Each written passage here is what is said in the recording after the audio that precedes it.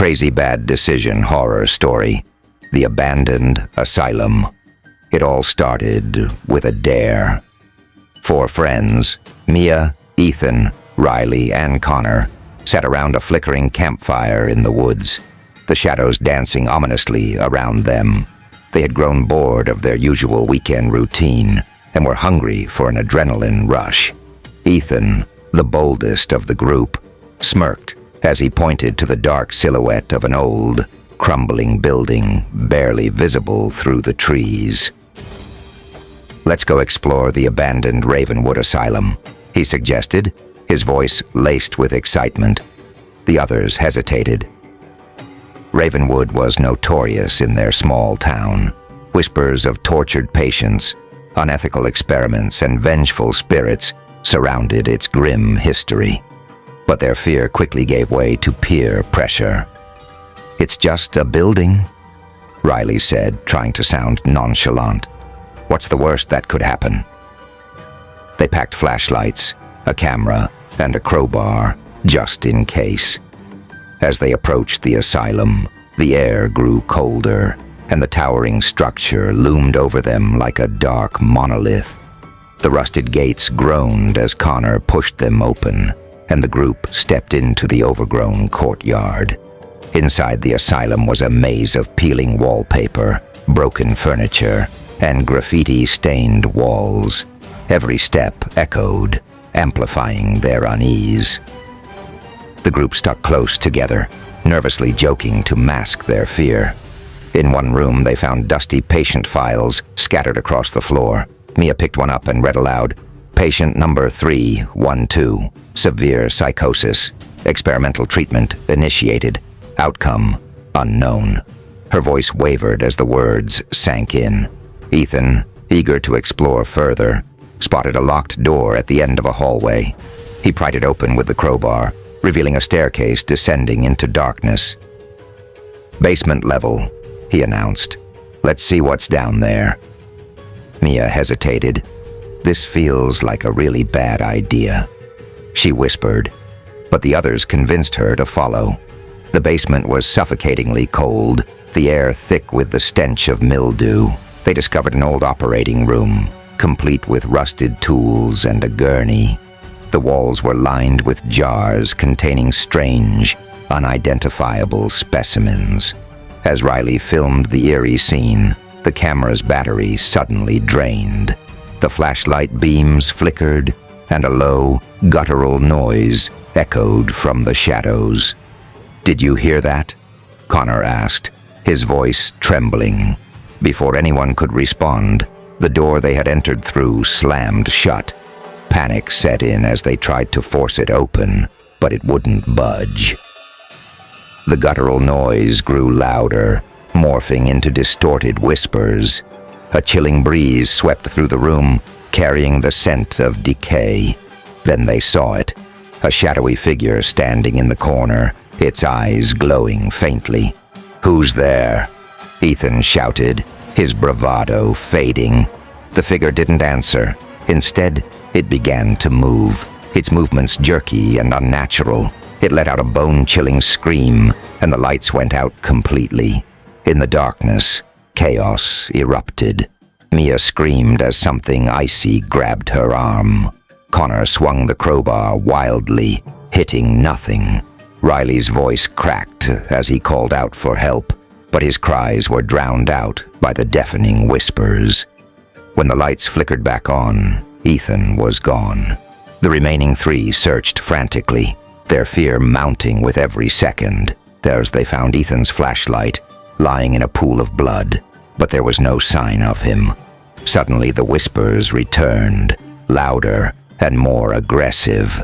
The walls seemed to close in, and the shadowy figure reappeared, this time with others behind it, pale, hollow-eyed entities that seemed to emerge from the walls. "Run!" Mia shouted, grabbing Riley and Connor. They bolted up the stairs, the figures in pursuit. The building seemed to twist and shift, turning the asylum into a labyrinth. Every door they opened led them back to the basement. Finally, they stumbled upon the exit. Bursting through the doors, they didn't stop running until they reached the safety of the woods. When they looked back, the asylum was gone. In its place stood an empty field, silent and undisturbed. The town never found Ethan, and the remaining 3 were forever haunted by the experience. They tried to warn others, but their story was dismissed as a fabrication. Years later, Riley returned to the site, driven by guilt and a desperate need for answers. He was never seen again. Crazy Bad Decision Horror Story. Part 2. Title: The Haunting Return. Months passed since Riley's disappearance. Mia and Connor tried to move on, but the events of that night clung to them like a shadow. Their small town whispered rumors of Ravenwood Asylum reappearing on moonless nights, luring the curious and the reckless.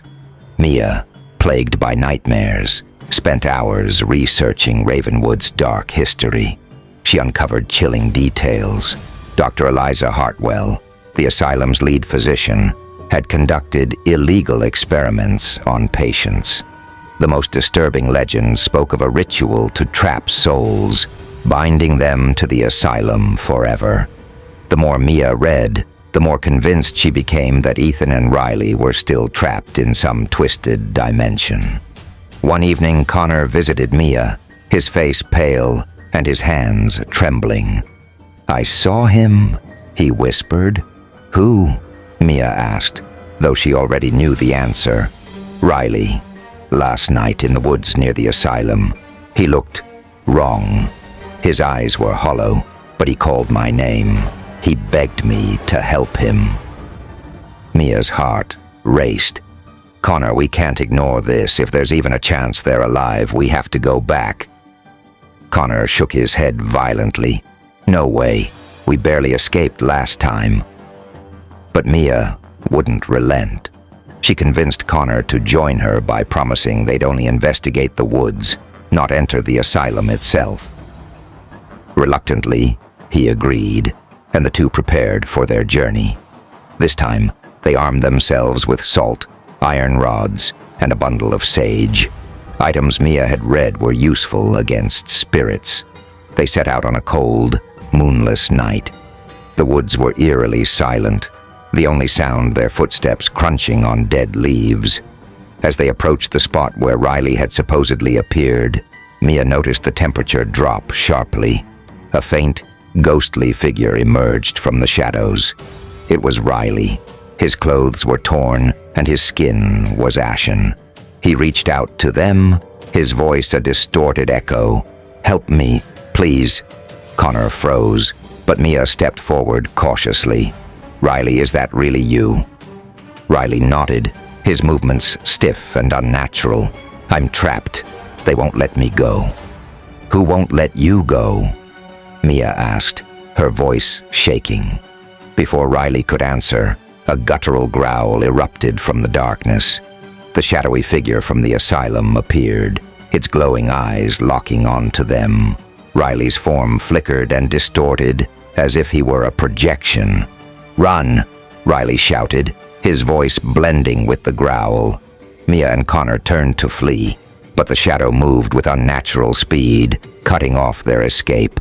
It stretched its inky arms toward them, and the forest seemed to warp around them.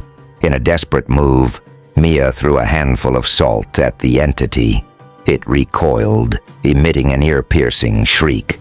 Taking advantage of the moment, they ran deeper into the woods, stumbling upon an old, overgrown path. The path led them to a clearing where the asylum now stood, more decayed and menacing than before. The sight sent chills down their spines, but they knew they had no choice. If they wanted to save Ethan and Riley, they had to go back inside. Armed with their makeshift weapons, they entered the asylum. The air inside was thick and oppressive, filled with whispers and faint screams. The building seemed alive, its walls pulsating with a sinister energy.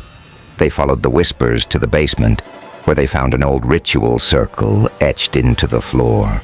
Candles burned with unnatural blue flames, and in the center lay a rusted iron box. "This must be the source," Mia said, her voice barely audible. As they approached the box, the shadowy figure materialized again, accompanied by dozens of ghostly entities. The room filled with their tortured cries, and the temperature plummeted. Mia lit the sage and waved it toward the spirits, chanting a banishing prayer she had memorized. The spirits recoiled, but the shadowy figure remained, its form growing larger and more menacing. Connor grabbed the iron box and pried it open with a crowbar.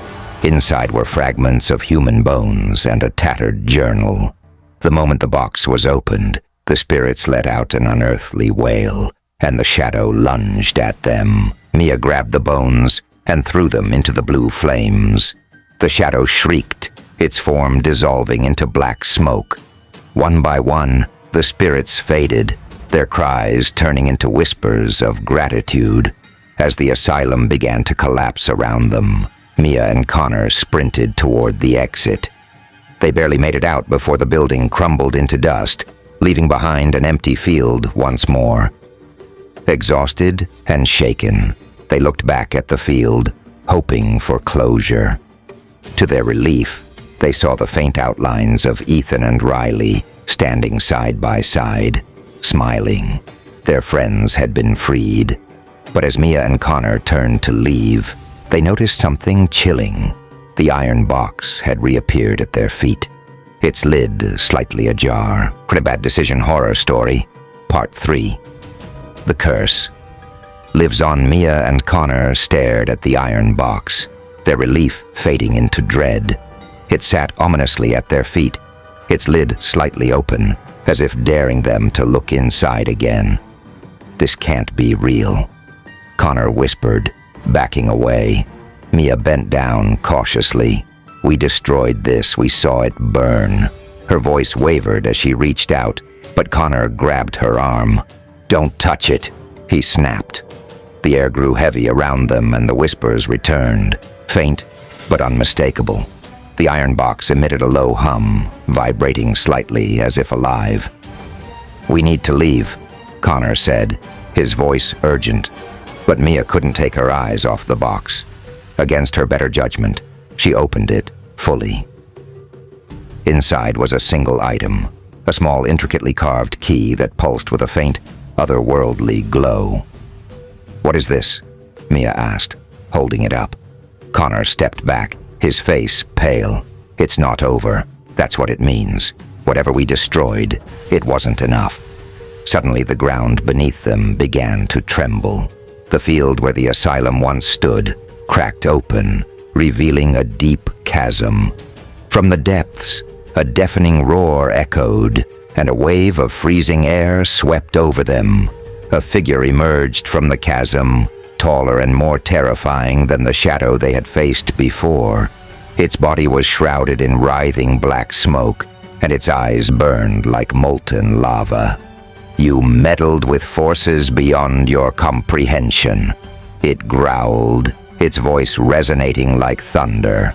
Mia and Connor froze, paralyzed by its presence.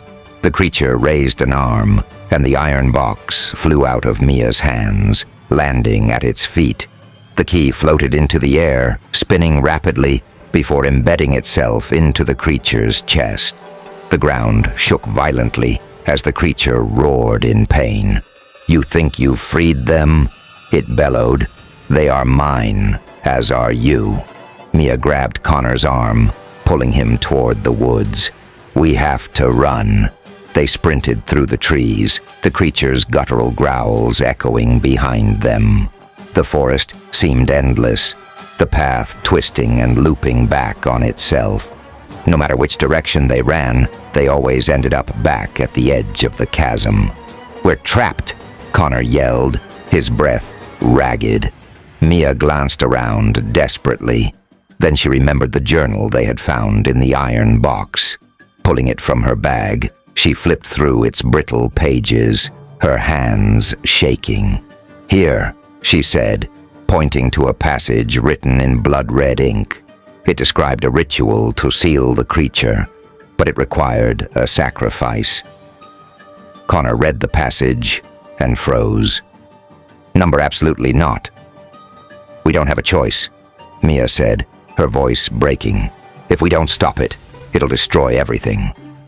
The creature loomed closer, its fiery eyes locking onto them. Time was running out.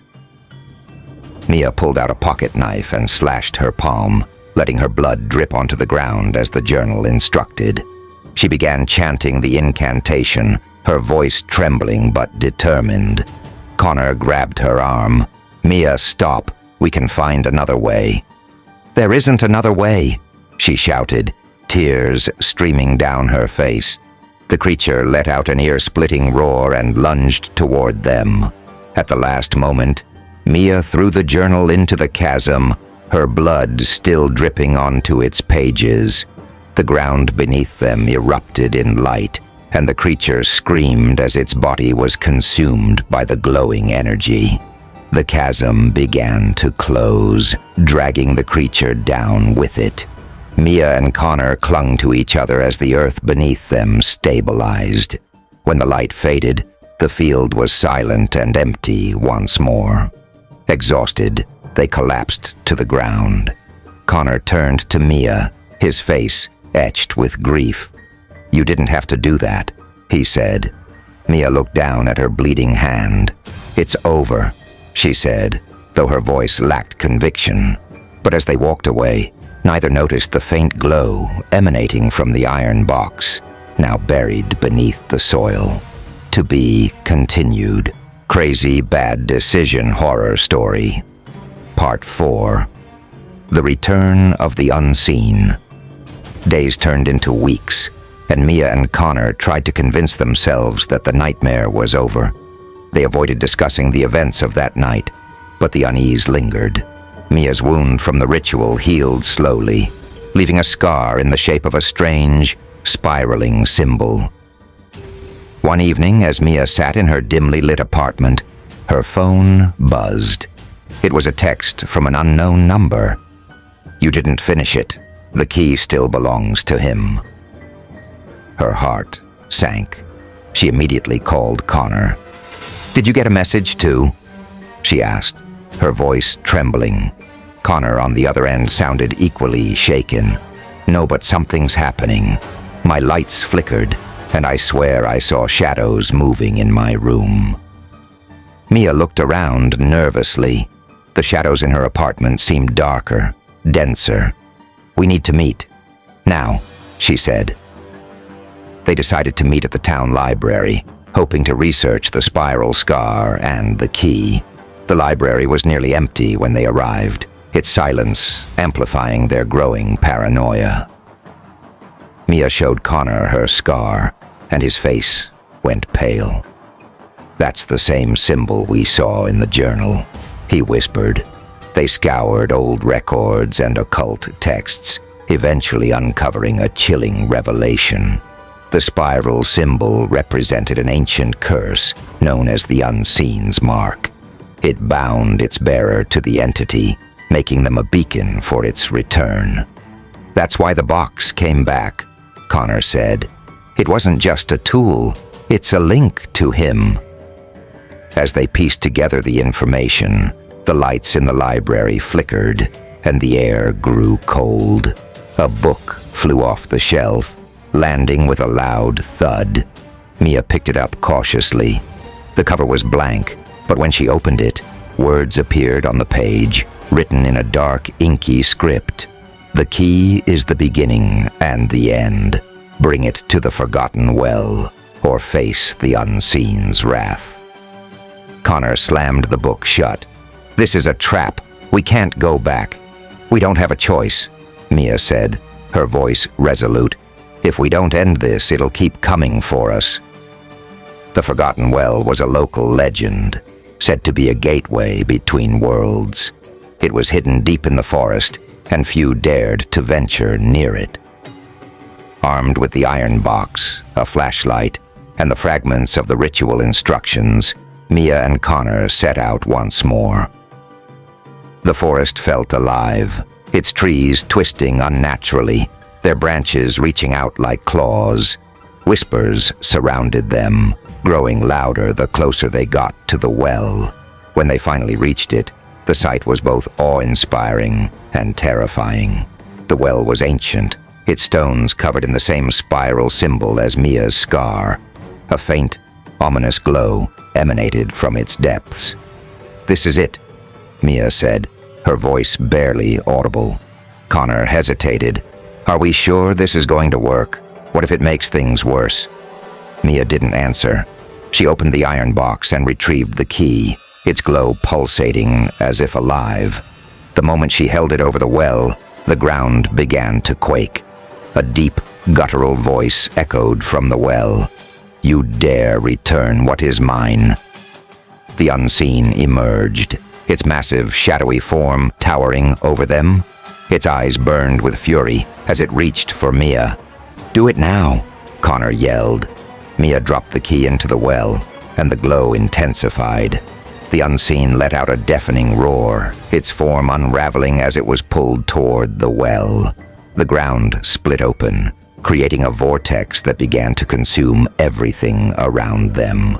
Connor grabbed Mia's hand, pulling her back as the vortex threatened to drag them in. The unseen clawed at the ground, its screams echoing in their ears until it was finally swallowed by the well. The vortex closed, and silence fell over the forest. Mia and Connor lay on the ground, gasping for air. "It's over," Connor said, though he didn't sound convinced. Mia looked at her scar, which now burned painfully. "I'm not so sure," she said. As they walked back to town, neither noticed the faint glow returning to the well, nor the shadowy figure watching them from the trees. To be continued.